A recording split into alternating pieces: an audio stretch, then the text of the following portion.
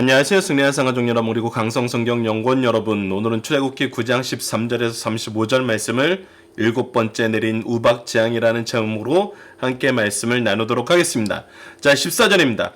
내가 이번에는 모든 재앙을 너와 내 신하와 내 백성에게 내려 온 천하에 나와 같은 자가 없음을 내게 알게 하리라 라고 분명히 얘기합니다. 하나님께서는 재앙을 내리시는 목적에 대해서 얘기하시는데, 우선 대상이 누구냐면 바로와 그의 신하와 그의 백성에게 내려 온 천하에 나와 같은 자가 없음, 즉 하나님 같은 분이 없음을 알게 하시는데 이 재앙의 목적이 있다는 것입니다.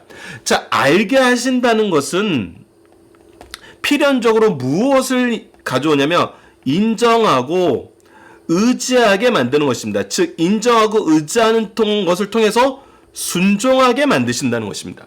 즉 알게 하신다는 것은 결국은 순종으로 이끌어오는 거예요. 믿음은 우리에게 결국은 순종으로 이끄는 것입니다. 자, 그래서 15절에서 이렇게 얘기하십니다. 내가 손을 펴서 돌림병으로, 이제 돌림병으로 너와 내 백성을 쳤더라면 내가 세상에서 끊어졌을 것이나, 내가 너희들의 생명을 완전히 멸살시키려면은 분명히 할 수 있다는 거예요. 이미 그들에게 병을 주셨어요. 그러나 그 병을 제한적으로 하나님께서 축소시키신 거예요. 그래서 그들의 생명을 여전히 살려놓으셨어요. 이것이 바로 하나님의 무엇이냐면 인자하심이에요. 하나님의 자비하심이에요. 자, 이런 자비하심을 보여주신 이유는 무엇이냐면 하나님께서 이미 모든 것을 계획하시고 그를 통해서 이루시고자 하신 하나님의 뜻이 있기 때문이었는데, 그것이 무엇이냐면 바로 16절입니다. 내가 너를 세웠음은 나의 능력을 내게 보이고 내 이름이 온 천하에 전파되게 하려 하였음이니라 라고 하면서, 하나님께서 바로를 세운 목적이 무엇이냐면 바로를 통해서 하나님의 능력을 나타나게 하시고 온 천하에 전파되게 하기 위해서 바로를 미리 계획하시고 세우셨다는 것입니다. 이 부분을 로마서 9장 17절에는 이렇게 얘기합니다. 성경이 바로에게 이르시되 내가 이 일을 위하여 너를 세웠으니 곧 너로 말미암아 내 능력을 보이고 내 이름이 온 땅에 전파되게 하려 함이라 하셨습니다. 즉 하나님이 세우셨고 하나님이 하나님의 뜻을 이루는데 그를 사용하신다는 것입니다. 이것을 우리가 잘 알아야 됩니다. 우리가 계속해서 소유리문답 1번에 대해서 자주 말씀드리는 건 무엇이냐면, 인생의 가장 중요한 목적은 무엇입니까? 라고 얘기했을 때 하나님께 영광 돌리고 그와 함께 그의 뜻 안에서 그와 함께 그것을 즐거워하는 삶을 사는 것이라 그랬어요. 즉 하나님께서 우리를 창조하신 목적은 무엇이냐면, 인생을 창조하신 목적은 무엇이냐면 하나님께 영광 돌리는 삶을 살게 하시기 위한 거예요. 즉 하나님의 뜻 안에서 하나님께 영광 돌리는 삶을 살게 하시기 위해서 우리를 창조하셨어요. 즉 우리를 세우셨어요. 이 안에서 우리는 어떤 삶을 살게 되냐면 그의 뜻을 즐거워함으로 그의 영광에 동참하여서 그의 은혜 속에서 그를 찬양하면서 하나님의 영광을 나타내는 하나님의 종으로서의 삶을 살든지, 그렇지 않으면 반대로 하나님께 거역하여서 하나님의 공의에 의해서 심판받아서 하나님의 공의로운 통치를 믿게 하는 도구로 받아서 하나님을 인정하게 만들고 하나님께 영광 돌리게 만드는지, 그 두 가지 삶밖에 없다는 겁니다. 이 양쪽은 모두 다, 한쪽은 하나님께 순종하는 삶이고 한쪽은 하나님께 범죄하는 삶이지만, 순종하지 않는 삶이지만, 두 개는 뭐예요? 동일하게 하나님의 영광을 나타내세요. 왜 이 두 가지가 다 하나님의 영광을 나타내게 되어? 모든 것은 하나님의 통치 안에 있고 하나님의 역사 안에 있고 하나님의 계획 안에 있기 때문입니다. 그 안에서 하나님이 우리와 함께하고 계신다는 거예요. 그래서 그것이 어떻게 나타납니까? 27절에 바로 나타나죠. 이것을 인정하게 만드세요. 그러면서 동시에 하나님이 의의 기준임을 분명히 나타냅니다. 27절을 먼저 우리가 잠깐 살펴보면, 이번에는 내가 범죄하였나 여호와는 의로우시고 그의 심판이 불의하고 폭력적인 심판이 아니라 의로우신 심판이라는 걸 그가 인정할 수밖에 없다는 거예요. 왜? 이 통치의 질서를 세우신 창조주 하나님은 여호와 하나님이시고 그의 뜻을 따르는 것이 의인데 그것에 내가 반항하고 내가 불순종하고 그것을 거절했다는 것입니다. 그러면서 하나님께서는 무엇을 미리 얘기하시냐면 내가 여전히 내 백성 앞에 교만하여 여전히 하나님 앞에 있는 것이 아니라 하나님의 창조와 그 능력을 인정하는 것이 아니라 내 노예라고 생각했던 내 이익을 위한 수단이라고 생각했던 이 백성 앞에서는 내가 여전히 높다고 생각하는 거예요. 즉 하나님의 뜻과 하나님의 계획과 하나님의 역사보다는 내 생각과 내 기준과 내 판단이 여전히 옳아 보인다는 것입니다. 그것이 바로 교만이란 거예요. 18절 보시죠. 내일 이맘때 내가 무거운 우박을 내리니 애굽 나라가 세워진 그날부터 지금까지 그와 같은 일이 없었더라. 이 역사상 없는 일을 이제 보여주심으로 하나님의 완전한 심판이 선언되고 그의 주권이 선언됩니다. 그러면서 동시에 무엇이 선언되냐면 여전히 하나님께서 이 모든 것을 하시는 이유를 가르쳐줘요. 그것은 하나님께 순종함으로 하나님의 은혜 안에서 살게 하시려는 하나님의 사랑의 계획이 있다는 거예요. 봅시다. 19절을 보면 이제 사람을 보내어 이제 너희들은 사람을 보내어 내 가축과 내 들에 있는 것을 다 모으라 하나님의 명령이 나타났어요. 사람이나 짐승이나 무릇 들에 있어 집에 들어오지 않는 것들은 근데 이 명령에 순종하지 않는 것들은 어떻게 된다? 우박이 그 위에 내리리니 그것들이 죽으리라. 심판을 받아서 죄로 인한 죽음밖에 남지 않는다는 거예요. 그래서 20절과 21절에는 두 가지 반응이 나타납니다. 20절 바로의 신하 중에 여호와의 말씀을 두려워하는 자들은 그 종들과 가축을 집으로 피하여 들였으나 여호와의 말씀을 마음에 두지 아니하는 사람들은 그 종들과 가축들을 들에 그대로 두었더라. 순종하는 자가 있었고 불순종하는 자가 있었어요. 근데 어떻게 돼요? 22절 하나님께서 모세에게 이르시되 너는 하늘을 향하여 손을 들어 애굽 전국의 우박이 애굽 땅과의 사람과 짐승과 밭의 모든 채소에 내리게 하라 라고 얘기하세요. 자, 여기서 이제 사람들이 또 이 말씀에 대한 해석을 여봐 모세도 심판을 하는 일을 했잖아. 그들을 몰살시키는 죽이는 일을 했잖아 라고 하지만 23절을 잘 보십시오. 하나님께서는 그의 종에게 그 심판을 선언하고 심판의 때가 왔음을 가르쳐주는 일을 하게 하세요. 그때 모세가 한 것은 철저하게 모세가 하늘을 향하여 지팡이를 들매 이것은 하늘을 향하여 손을 들어 라고 얘기하는 하나님의 말씀에 대한 순종이었어요. 그리고 나서 어떻게 돼요? 여호와께서 이것은 누가 하시는 거다? 여호와께서 계속 여호와께서 우레소리와 우박을 보내시고 불을 내어 땅을 달리게 하시니라. 여호와께서 우박을 애굽에 내리심으로 하나님이 하신다는 것입니다. 심판은 하나님께 있다는 것입니다. 우리에게는 순종이에요. 우리에게 정해진 영역은 순종이에요. 순종. 우리에게 정해진 영역은 순종이라는 거 우리 다시 한번 기억합시다. 순종에서 벗어나서 하나님의 영역이 내 거라고 생각하는 순간 우리는 교만에 넘어지게 됩니다. 이것을 잘 기억하셔야 돼요. 그래서 성경을 통해서 우리는 계속해서 순종의 영역을 배워나가는 거예요. 순종의 영역이라는 것은 사실 우리가 이 세상에서 얘기하는 순종하고 이것이 완전히 다름을 아셔야 돼요. 왜 그러냐면 이 순종 전에 하나님이 우리에게 주신 것이 무엇이냐면 은혜예요. 그러니까 은혜 안에 있게 하시는 순종이에요. 세상 사람들이 얘기하는 순종은 순종하면 무엇을 주겠다는 순종이에요. 그러나 하나님이 우리에게 주시는 순종은 은혜 안에 있게 하시는 순종이에요. 하나님의 축복 안에 있게 하는, 하나님의 구원 안에 있게 하는, 하나님의 생명 안에 있게 하는, 하나님과 동행 안에 있게 하는, 하나님의 아들, 딸 되게 하는 은혜 안에 있게 하는 순종이에요. 마땅한 순종이라 그래요. 그래서 마땅한 순종. 우리가 십계명을 배울 때, 작년에 특강을 통해서 십계명을 확인할 때, 십계명은 하나님이 세우신 질서에 대한 마땅한 순종을 가르치는 거예요. 즉 은혜 안에 있는 순종을 가르치는 거라는 거예요. 이 차이를 우리가 기억하셔야 됩니다.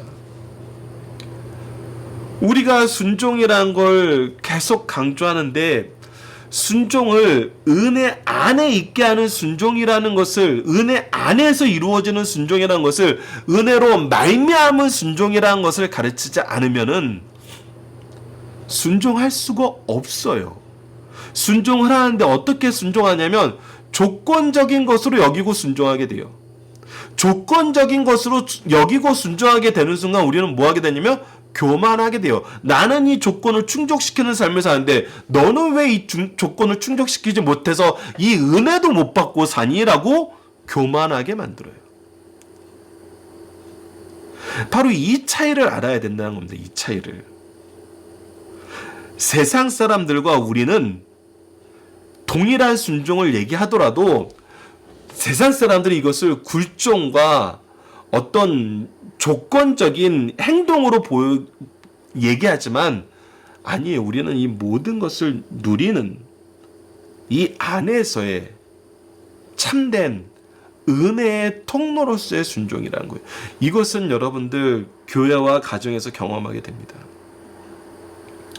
부모로서 자녀를 키울 때 비로소 이것을 우리가 조금이나마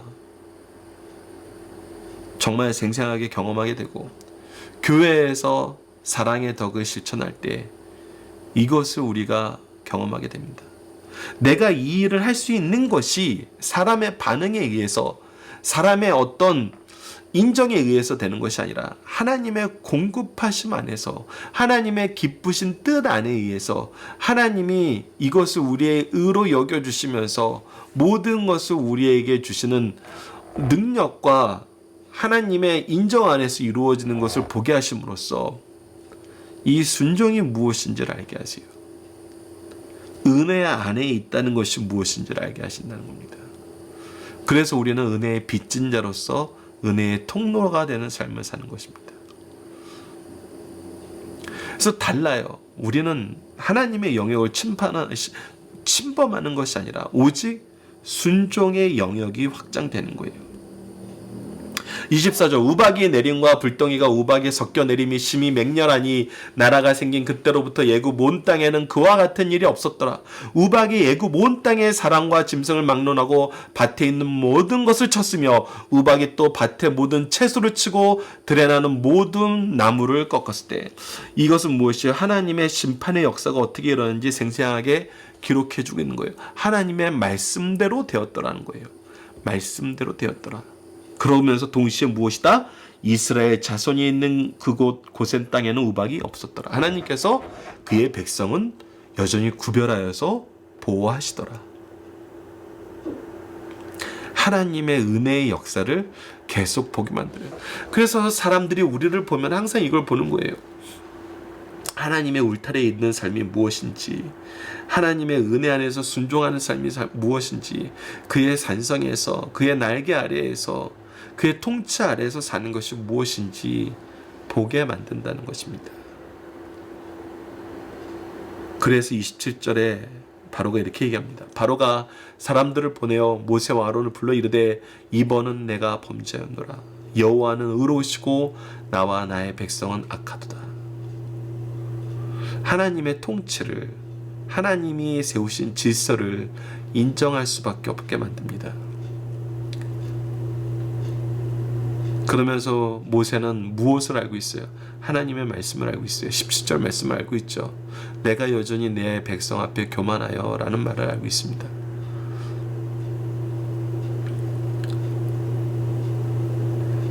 자, 계속해서 봅시다. 28절 여호와께 구하여 이 우레와 우박을 그만 그치게 하라. 왜 이 부분을, 이 뒤에 부분을 빨간색으로 했겠습니다. 내가 너희를 보내리니 너희가 다시는 머물지 아니하리라. 그가 하나님의 뜻대로 하겠다라고 얘기했지만 그것이 무엇이었어요? 이것을 벗어나기 위한 거짓말이었다는 겁니다. 참된 순종이 아니라, 참된 회개가 아니라 면피용이었다는 거예요. 근데 하나님은 정말 이런 면피용 순종이어도 이런 순종을 기쁘게 여기시는 것을 우리가 자주 성경 속에서 발견하게 돼요. 악한 자의 작은 충성, 작은 고백을 하나님은 기뻐하십니다. 그러면서 동시에 16절 말씀의 성취가 이루어짐을 우리가 보게 됩니다. 바로가 이것을 인정하지 않고 애굽 사람이 이것을 인정하지 않았으면 온 천하에 이것이 전파되어도 여전히 그렇지 않다라고 생각하는 사람이 있을 거예요. 그런데 우리가 이후에 출애굽기 과정, 레위기, 민수기, 신명기를 통해서 광야에서 가나안 땅에서 이 이스라엘 민족을 보고 나타나는 반응을 보면은 바로 이 말씀의 성취가 철저하게 이루어졌음을, 16절 말씀에 하나님의 이름이 온 천하에 전파되는 이 말씀의 성취가 얼마나 철저하게 이루어졌음을 보게 되고, 이 말씀의 성취 안에서 이 바로가 고백을 하게 된 겁니다. 다시 한번 얘기하지만 하나님의 뜻은 반드시 이루어집니다. 우리는 이 안에서 순종하는 삶을 사느냐, 그렇지 않는 삶을 사느냐를 나타낼 뿐이에요. 그 두 길 외에는 없습니다. 어느 것이 지혜로운 길이겠어요? 어느 것이 승리하는 길이겠어요? 우리가 어려서부터 이것을 아는 자녀로 제자들로 양육해야 됩니다. 28절 여호와께 구하여 이 우레소리와 우박을 그치게 하라. 내가 너희를 보내리니 너희가 다시는 머물지 아니하리라. 모세가 그에게 이르되 내가 성에서 나가 곧 내 손을 여호와를 향하여 펴리니 그리하면 우레소리가 그치고 우박이 다시 있지 아니하리라. 세상이 여호와께 속한 줄을 왕이 알리이다. 이 모든 것을 통해서 세상이 여호와께 속한 줄을 알리이다 라고 얘기하나 30절 그러나 왕과 왕의 신하들이 여호와 하나님을 아직도 두려워하지 아니할 줄을 내가 압니다. 자, 두려워하지 않는데 그거에 대한 두려워하지 않는 근거가 되는 거에 대해서 31절부터 얘기하고 있어요. 그때 보리는 이삭이 나왔고 삼은 꽃이 피었으므로 삼과 보리가 상하지 아니하였으나 뭐예요? 아직 그들이 의지할 게 남았다는 거예요. 그러나 밀과 쌀보리는 자라지 아니한 고로 상하지 아니하였더라. 상하였으나 밀과 쌀 보리는 자라지 아니한 고로 상하지 아니하였더라. 즉 밀과 쌀 보리가 아직 남아서 의지할 대상이 된다는 거예요. 그래서 그들이 여전히 숨돌 틈이 조금 있으니까, 자기의 것이 아직 남았다고 생각하니까, 아직 자기가 지지 않았다라고 교만한 생각 속에 있게 되니까 그의 마음이 다시 교만하여지고 완악하여진다는 것입니다. 33절 봅시다. 모세가 바로를 떠나 성에 나가 여호와를 향하여 손을 펴서 우레소리와 우박이 그치고 비가 땅에 내리지 아니하니라. 바로가 비와 우박과 우레소리가 그친 것을 보고 다시 범죄하여 마음을 완악하게 하니 그와 그의 신하가 꽃 같더라. 우리가 이전에도 한번 얘기했던 것처럼 리더가 잘못된 생각을 하면은 그것이 확장되는 것은 정말 너무나 쉽습니다. 바로가 다시 이렇게 생각하니 그의 신하들도 또 그렇게 생각하는 거예요. 바로의 마음이 완악하여 이스라엘 자손을 내보내지 아니하였으니 여호와께서 모세에게 말씀하신 것 같더라. 그러나 이 모든 거 하나님은 알고 계세요. 전지전능하신 하나님께서는 알고 계시지만 끊임없이 어떻게 하세요? 끊임없이 보내시고 끊임없이 말씀하시고 끊임없이 회초를 들여서 돌이키라 그래요. 돌이키라. 그러나 끝까지 교만하여 순종하지 않는 사람이 있다는 것도 우리는 알고 주의해야 됩니다. 자, 본문 묵상하기를 간단하게 보도록 하겠습니다. 애굽에 재앙을 내리신 이유는 무엇입니까? 바로 온 천하에 나와 같은 자가 없음을 알게 하시기 위한 겁니다. 온 천하에 하나님의 이름이 전파되게 하기 위한 것입니다.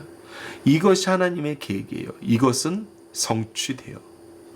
우리가 이미 알다시피 성취되었습니다. 그리고 이 성취 안에 우리가 살고 있잖아요. 우리가 이 이름을 알아요. 우리가 이 역사를 알아요. 우리가 이 은혜를 알아요. 우리가 이 안에서 순종하는 삶을 살아요. 그러면서도 우리가 이 말씀을 못 믿습니까? 이 말씀이 확인이 안 되나요? 자, 두 번째, 하나님은 심판 중에서 무엇을 말씀하시나요? 그래도 그들이 순종하면 보호받을 수 있는 은혜의 길을, 구원의 길을 제시하십니다.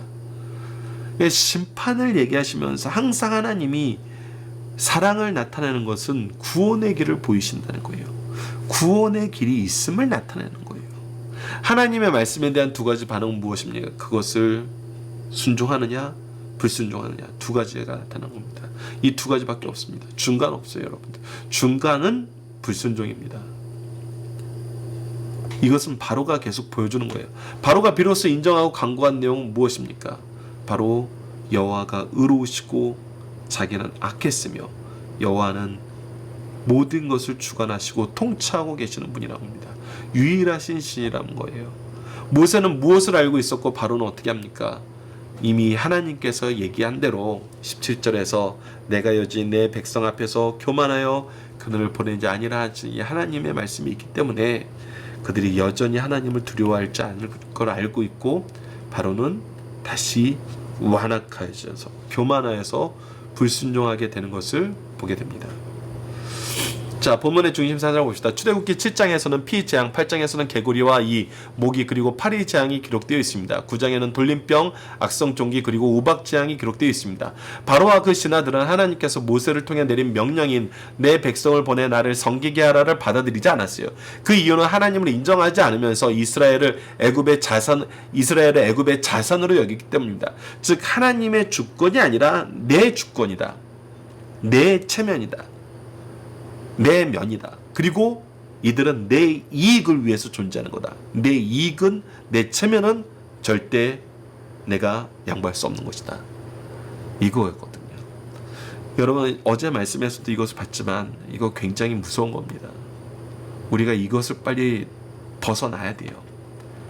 무엇이 나의 체면을 위한 것이고 무엇이 나의 이익을 위한 것이다라는 생각이 우리가 하나님 앞에서도 가지고 있다면은, 교회와 가정에서도 가지고 있다면은 우리는 절대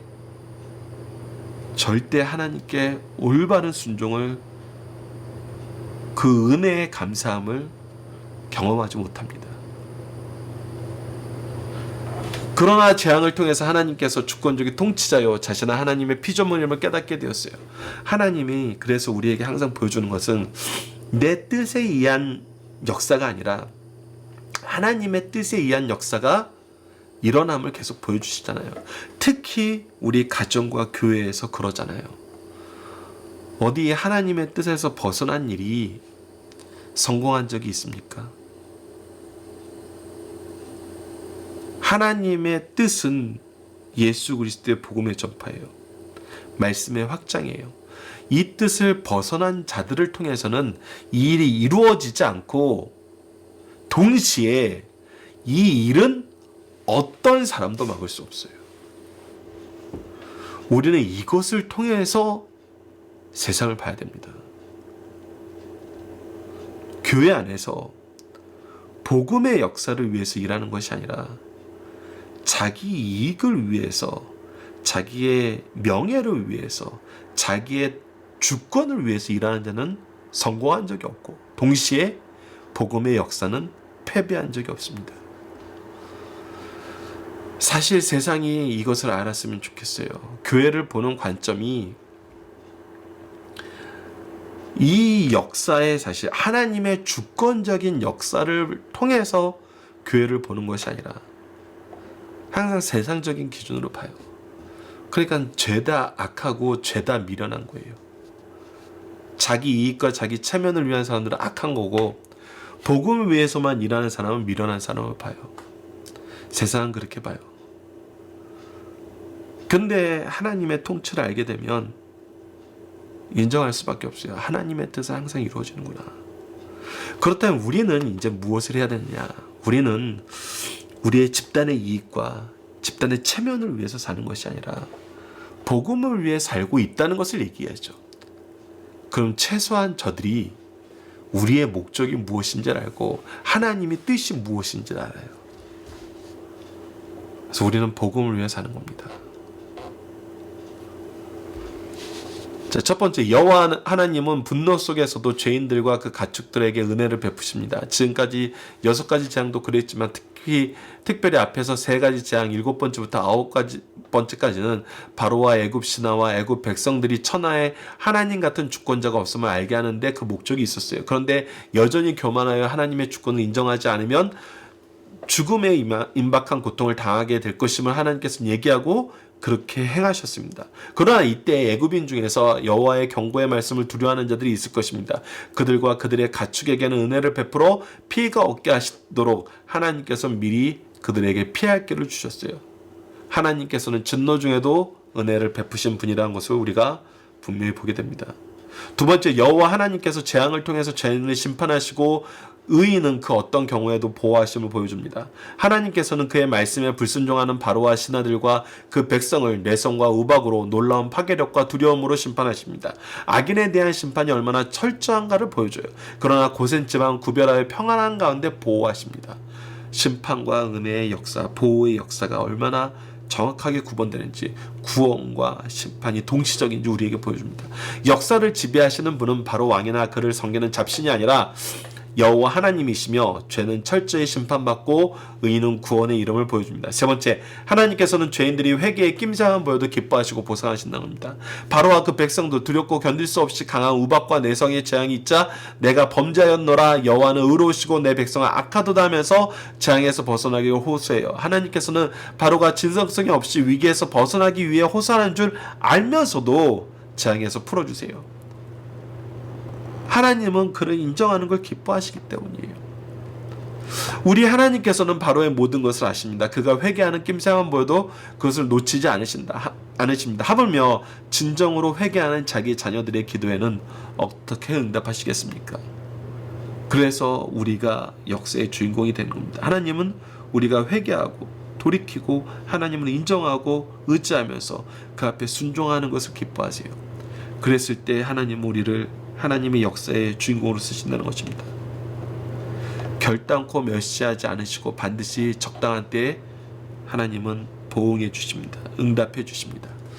자, 본문 다지기를 보도록 하겠습니다. 하나님이 히브리 사람의 하나님 여호와라 하신 이유는 뭡니까? 바로 히브리 사람들은 그들의 종이 아니라 하나님의 백성이라는 거예요. 하나님이 바로를 세운 목적, 우리가 조금 전에 이 앞에서 말씀드렸던 것처럼 로마서 9장 17절 말씀 다시 한번 읽어드리겠습니다. 성경이 바로에게 이르시되 내가 이 일을 위하여 너를 세웠으니 곧 너로 말미암아 내 능력을 보이고 내 이름이 온 땅에 전파되게 하려 함이니라. 즉 하나님이 세우고 하나님의 능력을 주셨다는 거예요. 무엇을 위해서? 하나님을 나타내기 위해서, 하나님께 영광 돌리게 하기 위해서. 다시 한번 강조합니다.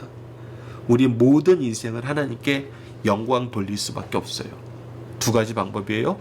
하나님의 뜻을 즐거워하면서 그와 동행하면서 그의 은혜와 영광의 통로로 하나님께 영광 돌리든지, 아니면 거역함으로 하나님의 공의로운 심판을 통해서 하나님의 공의로우심을 드러내서 영광 돌리든지, 둘 중에 하나입니다. 재앙 중에도 나타나는 하나님의 자비하심은 무엇입니까? 항상 구원의 길을 열어놓으신다는 거예요. 재앙을 통해 하나님이 바로에게 알려주시는 것은 무엇입니까? 바로 하나님의 통치입니다. 하나님의 역사예요. 우리도 이 역사를 온전히 인정하며 의지하며 순종하는 삶을 살기를 기도합니다. 왜 성경은 참된 지혜가 하나님을 아는 것과 그의 뜻 안에서 즐겁게 행하는 것이라고 끊임없이 가르쳐주나요?